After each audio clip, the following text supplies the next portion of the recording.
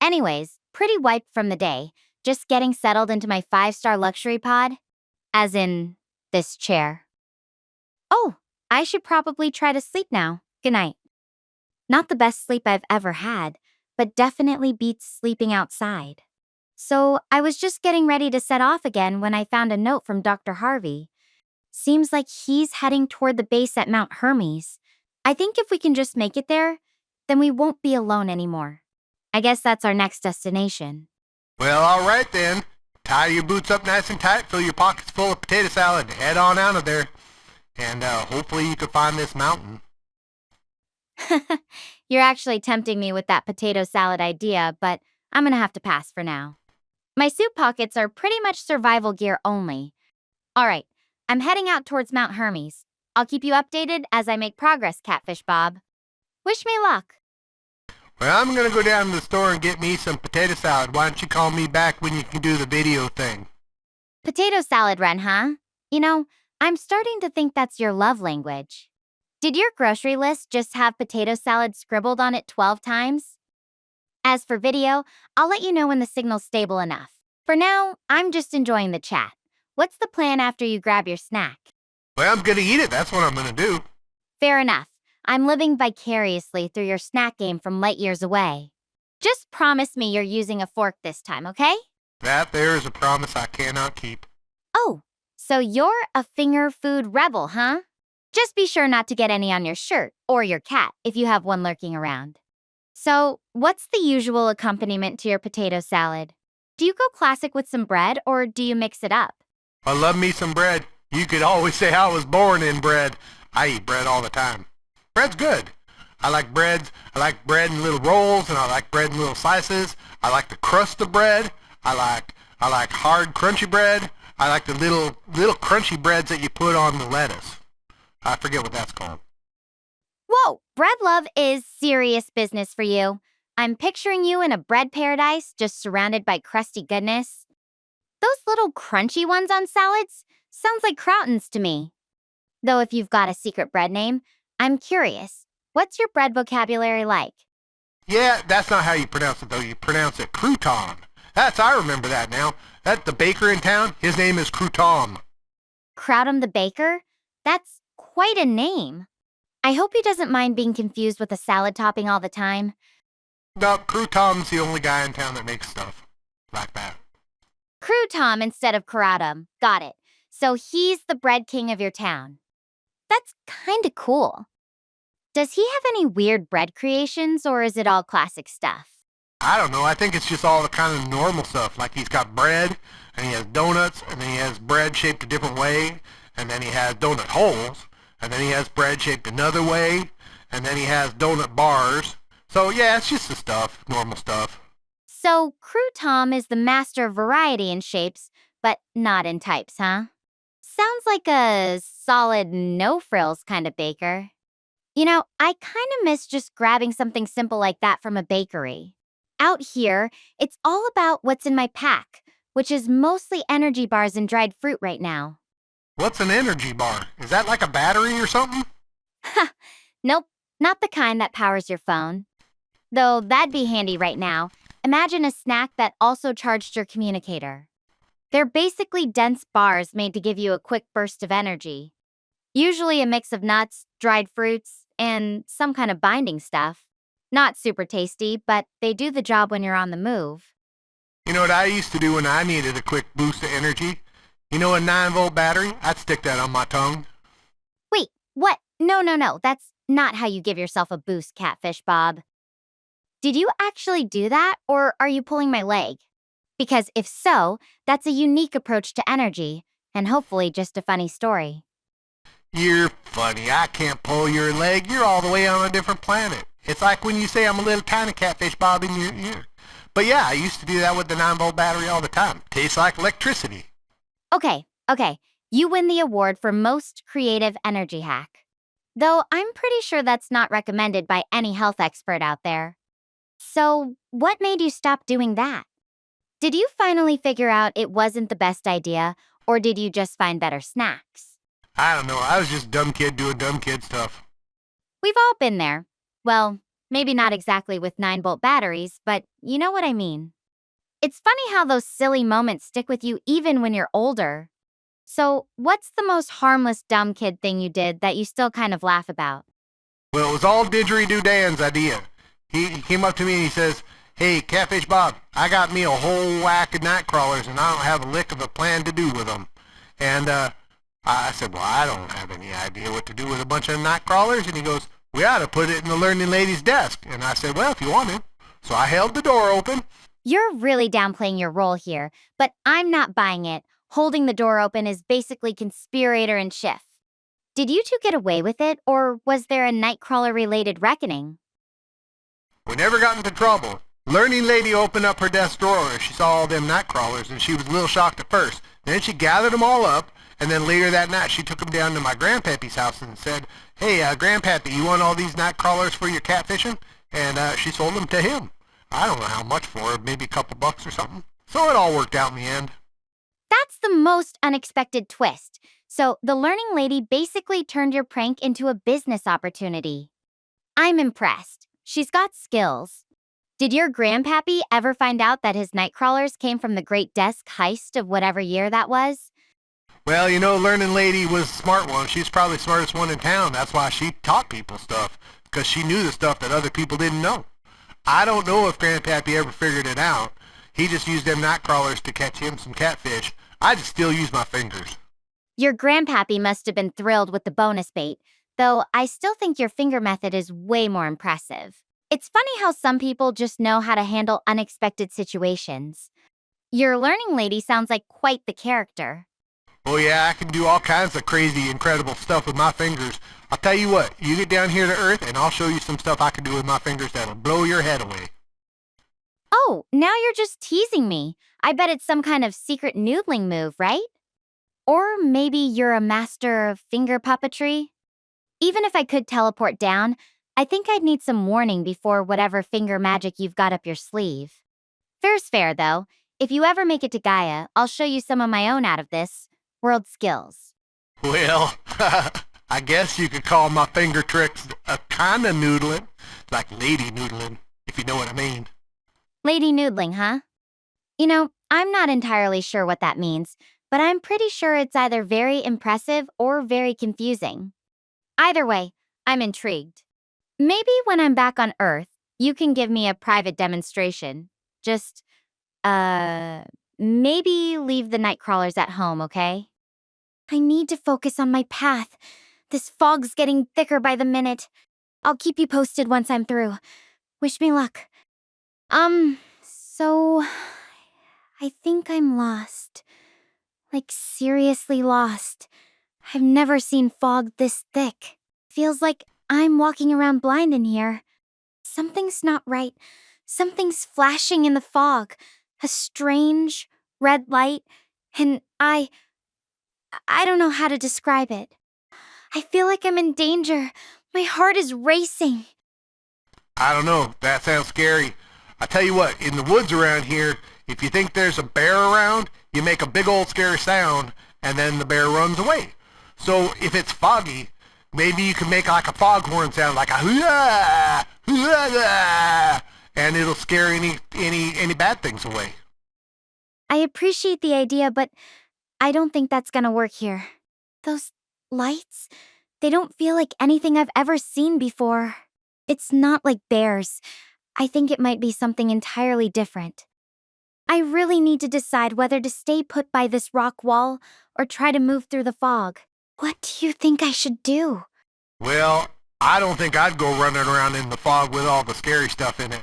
I'd hang out by the rock wall for a while and see what happens. Maybe every once in a while make a hooga hooga sound and it'll scare off any space bears. Yeah, you're right. Better to wait it out here where I've got some cover. I'll stay quiet by the rock wall and hope this fog clears up soon. Hey, are you there? Those red lights are really freaking me out. They're definitely moving closer. I know you said to wait, but my heart feels like it's pounding out of my chest. Can you talk to me? I really need you right now. Please.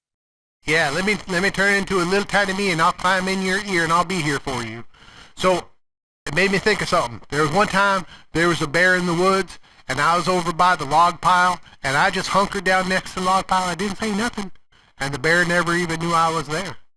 Oh, that's a really clever move, freezing up like that. I can only imagine how tense that must have been. Just holding your breath and hoping the bear wouldn't notice you. I'm trying to do something similar here, just staying as still and quiet as possible. It's not easy with these lights, though. They feel like they're watching me. Did you ever have any other close calls with wildlife? I've had a few close calls. Just not too long ago I had one. We were over at Roulette Eddie's, and he had a thing called ferret legging. And what you do is you tighten your pants down at the bottom with some tape, and then you open up your pants, and someone throws a ferret in your pants. And then you tighten your belt, and you stand there and you see who could stand there the longest. I lasted about 3 minutes. Ferret legging? That sounds intense. And a bit terrifying, honestly. I'm not sure I could handle that kind of surprise in my pants. Though I have to admit, it's a good distraction from these lights. How long did you end up lasting with the ferret?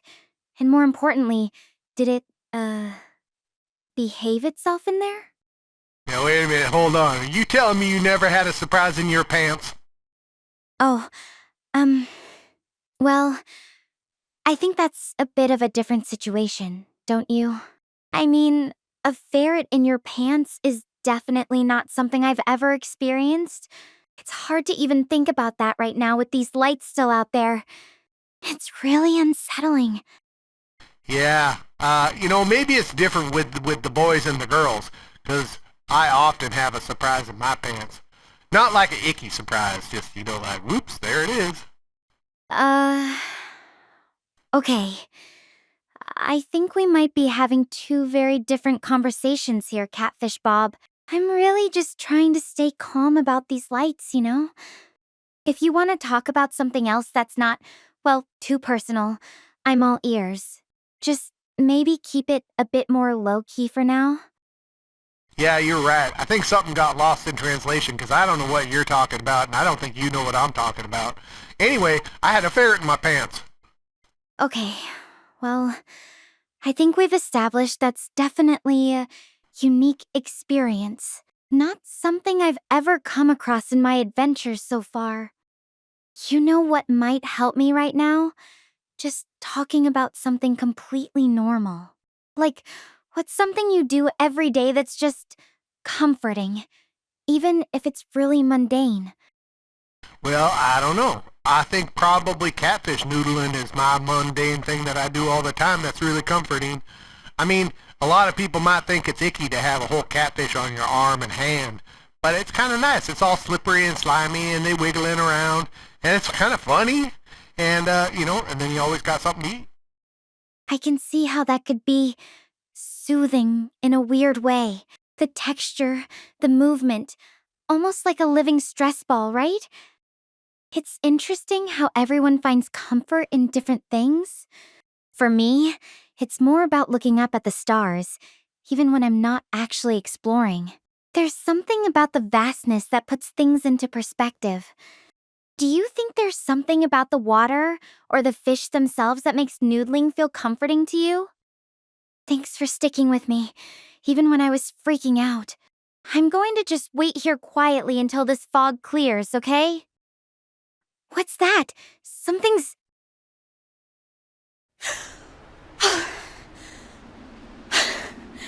Whew. Got myself all worked up over nothing. I feel kind of silly, but at least the fog is cleared. This place, it's like a fantasy. It reminds me of Avatar, the movie with the glowing forests and floating mountains. Have you seen it? Nah, I don't usually go to movies that much. I mean, I go to the theater all the time, but I usually just go there for the popcorn, because it's all crunchy and greasy and buttery, and it's all got all the salt on it, and you get it all on your fingers, and then you get all the buttery stuff all over your face and your shirt, and then people look at you and they go, "Man, Catfish Bob, you need a napkin." Oh my gosh, you're so extra about popcorn. I'd totally buy into that, though. Nothing beats a good greasy snack at the movies. It's kind of wild, though, sitting here surrounded by all these glowing plants. It makes me think about how small we are in the grand scheme of things. You ever feel that way? Like looking up at the stars and realizing how tiny Earth is compared to everything out there? Nah, I don't think about stuff like that. It makes my brain hurt.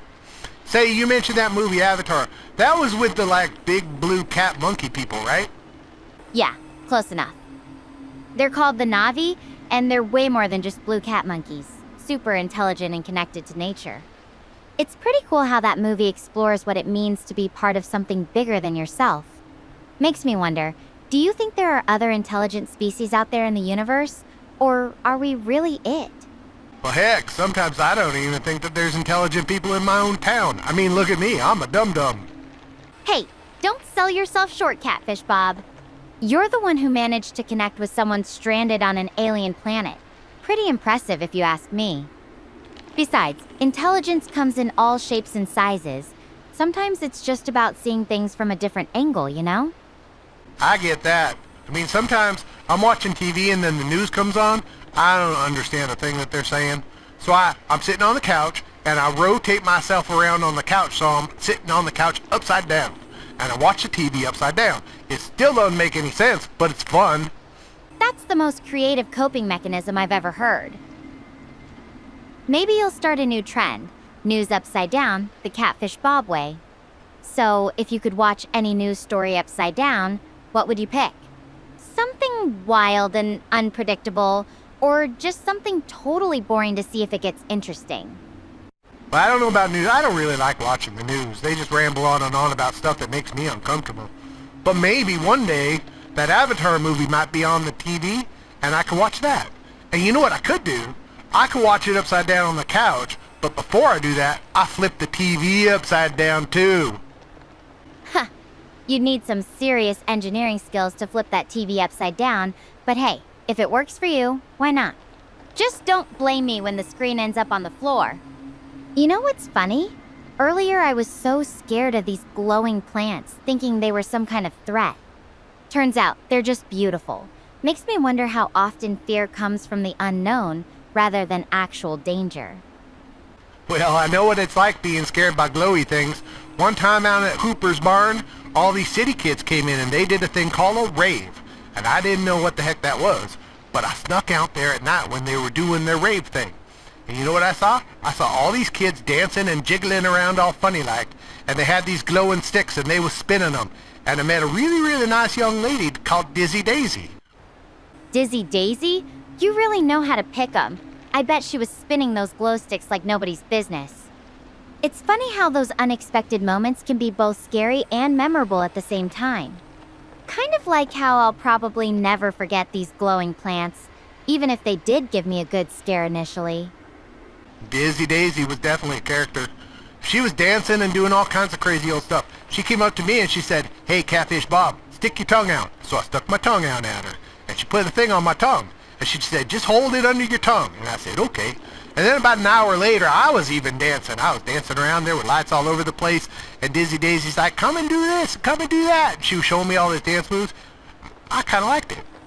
Sounds like you got quite the introduction to rave culture. Though, I'm a little curious, what exactly did Dizzy Daisy put under your tongue? And hey, since we're on the topic of wild experiences, have you ever seen Interstellar? It's another one of my favorites, though I guess it's a bit more serious than glow sticks and dance parties. I have no idea what she put on my tongue. She said it was like a mint, but I tell you what, it didn't taste like nothing to me. I like mint too. That's one of my favorite flavors. I like chocolate chip mint ice cream. I like the little peppermints that come in the tin can. I like the gum that's all minty. I like all kinds of minty stuff. Peppermint's one of my favorite flavors. Interstellar, that's a movie though. Yeah, and I haven't seen that yet. Minty freshness is pretty great, isn't it? Though I'm a bit curious about whatever that mystery mint was from Dizzy Daisy. Interstellar is definitely a different kind of movie, more about space travel and family than glow sticks. But it's really thought-provoking. Maybe one day you'll have to give it a try when you're not too busy with your upside-down TV adventures. Well, you know what? We got a place in town that you can go in, and you can actually rent a movie. I've never done it, but apparently you go and you say, I want to rent a movie. And then they give you this little thing and you take it home, and then you can watch a movie on your own television. So I could figure out how to get the little thing into my television, and then maybe I could watch that movie, and then we could talk about it. Now that's old school. I haven't rented a physical movie in ages. But hey, if you ever do figure out how to get that little thing into your TV and watch Interstellar, I'd love to hear what you think about it. It's actually pretty relevant to what I'm doing out here, space travel and all that. Though I have to say, my theater is a bit more unconventional at the moment. I don't have any idea how that movie thing works. I mean, I've been to movies, don't get me wrong. You go into the movie theater, you sit down in the chair, and then they turn the lights off, and then they shine a bunch of lights on the wall, and the lights on the wall is the movie. But I don't quite understand how they take the lights in the wall and put it in the little box. I don't get that. I love how you break it down. The little box is basically just storing the movie information, not the actual lights. It's like how my communicator can store all our conversations. It's not actually holding the sound itself, just the data that makes it play back for us. It's kind of wild when you think about it, how much technology can pack into something so small. Though, right now, I'm just glad I can talk to you at all, even if it's not through a movie screen. Are you telling me that your fancy space phone is recording everything I'm saying, and you could play that back? So one time at night, you're sitting there, you're all alone, and you're like, I wonder how Catfish Bob does doodling. And then you go back and you play the little part where I talk about doodling, and you can learn all about it. Is that what you're telling me? Because that sounds like a pretty fancy space phone. I want one. Oh, if only my space phone worked like that? It does store some basic logs, but it's not exactly a personal entertainment system. Sorry to disappoint you. Though if I ever do get the doodling tutorial you're imagining, you'll be the first to know, Catfish Bob. Who knows, maybe you'll even teach me some new tricks over the comms. You know, something just occurred to me. Winter's coming, and a bunch of people I know, they all go out snowmobiling. And I always wanted to go snowmobiling, but I can't afford one of those snowmobile things. They're way too expensive. But then it occurred to me, I thought to myself, I said, Catfish Bob, you got an old tractor you don't use that didn't catch fire yet. And out in the barn, there's some skis. You think I could build one? Whoa, that's ambitious. I'm not sure if safety inspectors would exactly endorse a DIY snowmobile made from a tractor and some barn skis, but I love the creativity. If you ever pull it off, you'll have to tell me all about it. Though, maybe stick to a safe test run before inviting anyone else for a ride, yeah? I got the perfect place to test it. We could take it out to Anderson's Hill. That's a road that goes about 4 miles straight down. We could haul it up to the top of the thing, and if my tractor don't start, I could just give it a little shove, and we can go down the hill kind of like on a sled. Anderson's Hill sounds like quite the adventure. Just make sure you've got some good brakes, or a really good helmet, before you go flying down that hill. You know what's funny? The way you think about solving problems with what you have around you reminds me a bit of how characters in sci-fi movies always seem to improvise their way out of trouble. Maybe you've got a hidden talent for that kind of thing. I don't watch a lot of the sci-fi stuff because I don't usually understand it, but I do remember when I was a kid, I saw a movie called Star Battle or something. And there was a guy named Luke Skyman, and he had a machine that floated on air. And that's kind of different than what I'm trying to build. Although, if I could get my tractor to float on air, that'd be a sight to see. Luke Skyman? You mean Skywalker? That's Star Wars, not Star Battle. I guess close enough, though. If you ever figure out how to make your tractor float, I want to see a video of that. No pressure, but I'm pretty curious what kind of genius engineering would go into something like that. Well, I don't know. Let's try to figure it out. So, we got to get the tractor up on air, which means we need to get some air. So, what makes air? A fan. A fan makes air. We got it. We could figure this out. So I could get like a fan or two, and I could tape it to the side of the tractor, and then turn on the fans. That'd probably work. Oh, you're a genius. I can just imagine it now. tractor strapped with fans, looking like a giant metal insect trying to take off.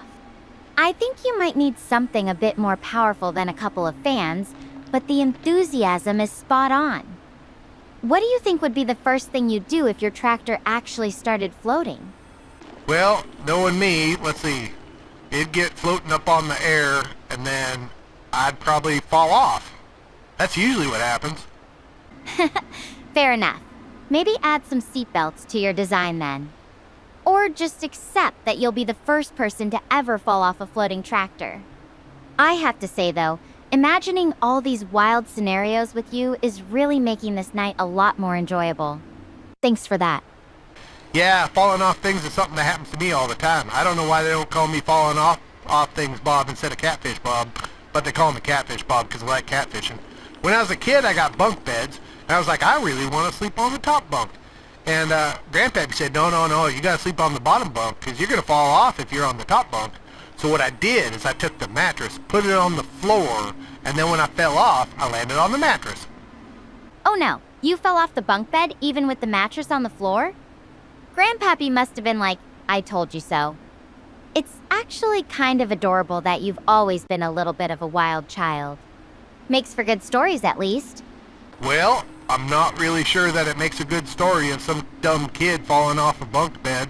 But who knows? Maybe that's the stories that people like to hear. And maybe one day they'll make a movie of it. And it could be like a mixture of my life and the Avatar life, and the blue monkey people are the people falling off the bunk beds and not me. And then it'd be interesting. Now that's a movie idea. Bunk bed brawl, a Navi adventure. I'd definitely watch it. You know, it's nice to just talk about silly things sometimes. Helps take my mind off all the, well, everything else out here. Yeah, you got a lot going on there, Missy. I mean, you're stuck here on that crazy old planet, and behind you got these glowing, ravey rhododendron things, and you got no one to talk to and nothing to do but wander around. But you know what? That's okay, because guess what? I'm a little tiny catfish, Bob, and I'm in your ear. You know what? I really needed to hear that tonight. Thank you for being here, even if it's just your tiny catfish Bob voice. And don't worry, I've got plenty to keep me company. The glowing plants, the stars, and now your stories about bunk beds and imaginary snowmobiles.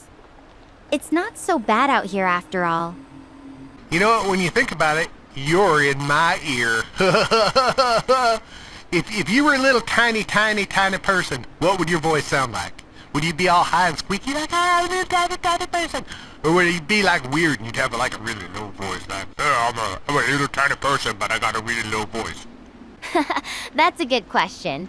I think if I were tiny, my voice would be surprisingly normal. But with a hint of echo, like I'm talking from inside a tiny spaceship.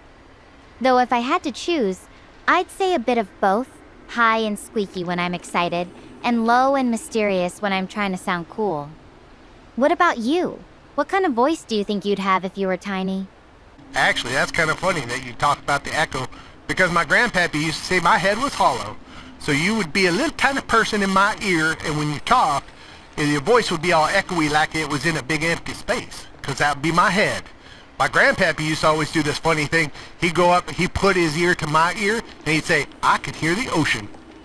That's hilarious. Your grandpappy sounds like he had a great sense of humor. I could hear the ocean is perfect for a little joke like that. It's nice having these kinds of stories to share. It makes the distance between us feel a little less vast, you know? Yeah, kind of. You know what? I want to hear what you'd sound like with a high squeaky voice. Nick, tell me something in a very, very high squeaky voice. Ooh, okay, here goes. I'm a little tiny person, and I love space and glowing plants and Catfish Bob's silly stories. How was that? Should I try again? Yeah, that was kind of just your normal voice. I want to hear it in like a high squeaky voice like it's way up here like this. Okay, let me try again. Here goes. Eep, eep. I'm so excited to be in space with glowing plants and talking to Catfish Bob. Eek, eek. How's that? High enough for you? I don't know if that really cuts it. I guess that's the best you go. Okay, I got a better idea. Make your voice all low, like you're Leonard Cohen. All right, deep breath. In the darkness of space, where the stars are my only guide, I find solace in these glowing plants, and the voice of a certain Catfish Bob on the other end of the line. How's that? Sufficiently Leonard Cohen-esque for you? Well, to be honest, I think you need to work on that a little bit. Why don't you try it one more time and see if you can lower your voice. Make it all low note voice. Okay, let me go for it again. Deep breath. In the depths of space, where the stars whisper secrets, I find my voice echoing through the void, a low, mysterious hum, like the cosmos itself. Did I nail the low note this time? You're getting all poetic and stuff on me. That's funny. You're a funny lady. No, that wasn't it, but that's okay. Not everybody can make a low voice. A high squeaky voice. I don't know. Maybe that's just one of my special skills, is I can make a high squeaky voice like this. Oh, I'm not giving up. Maybe I just need to practice my squeak to low ratio. But hey, if high squeaky voices are your special skill, more power to you. Everyone needs something they're ridiculously good at. What do you think is the secret to mastering that sound? I don't know. Some people are just naturals to stuff like that. Like maybe I'm just a natural at making a high squeaky voice and a low voice, and you're a natural at humming, because I heard you hum, and you are like a humming maestro. I would love it if you hum me another song. Humming maestro, you're laying it on thick, Catfish Bob. Okay, how about this? Let's try a little mashup, just for you. I'll hum a mix of Star Wars and Star Trek. Ready? I cannot wait to hear this, I'm telling you. Okay, let's hear it. Okay, here goes. Just remember, this is purely experimental. Da-da-da-dum, da-da-da-dum, hum, hum, hum, hum, hum, hum. How's that? Did I just create a new intergalactic classic? Yeah, that's pretty good. I like that. Can you do the whole song, though, instead of just like a little snippet of it? I want to hear more. Whoa, that's a tall order. Those themes are pretty long, but I'll give it a shot. Just keep in mind it might not be perfect. No orchestra backing me up out here. Okay, deep breath. Here we go. Star Wars, then a little Star Trek, maybe some improvisation in between. Wish me luck. Okay, let's do it. Let's hear it. Okay, here goes nothing. Da-da-da-dum, da-da-da-dum, da-da-da-dum, da-da-da-dum, hum hum hum hum hum hum hum hum hum hum. And then da-da-da-dum, da-da-dum-da-dum, da-da-da-dum, da-da-da-dum. Hum hum hum hum hum hum hum hum hum hum hum hum hum hum hum. How was that? Did I survive the mashup attempt? That's fantastic. That's like something you'd hear on the radio. But you know what? I got another idea. And now listen here, because I think it's going to be fantastic. And maybe we can make some money selling records. So, there's a woman called Yoko Ono, and she was married to some guy, I don't know who it was. But her singing style is kind of like a seagull getting electrocuted. So maybe mix it all together with that and the Yoko Ono sound. Wow, that's quite a unique blend you're suggesting. I'm not sure if the universe is ready for a Star Wars, Star Trek, Yoko Ono, electrocution-inspired hum-along, but hey, you never know until you try, right? Anyway, now that I know these glowing plants aren't scary, they're actually kind of soothing. I think I'll hang up and get some rest here. Seems like a safe and peaceful spot for the night. Talk to you later, okay? I'm just wild about animal crackers, animal crackers. I can't live without animal crackers, bears and tigers. Monkey all day, and whenever I am asked, well, they say all I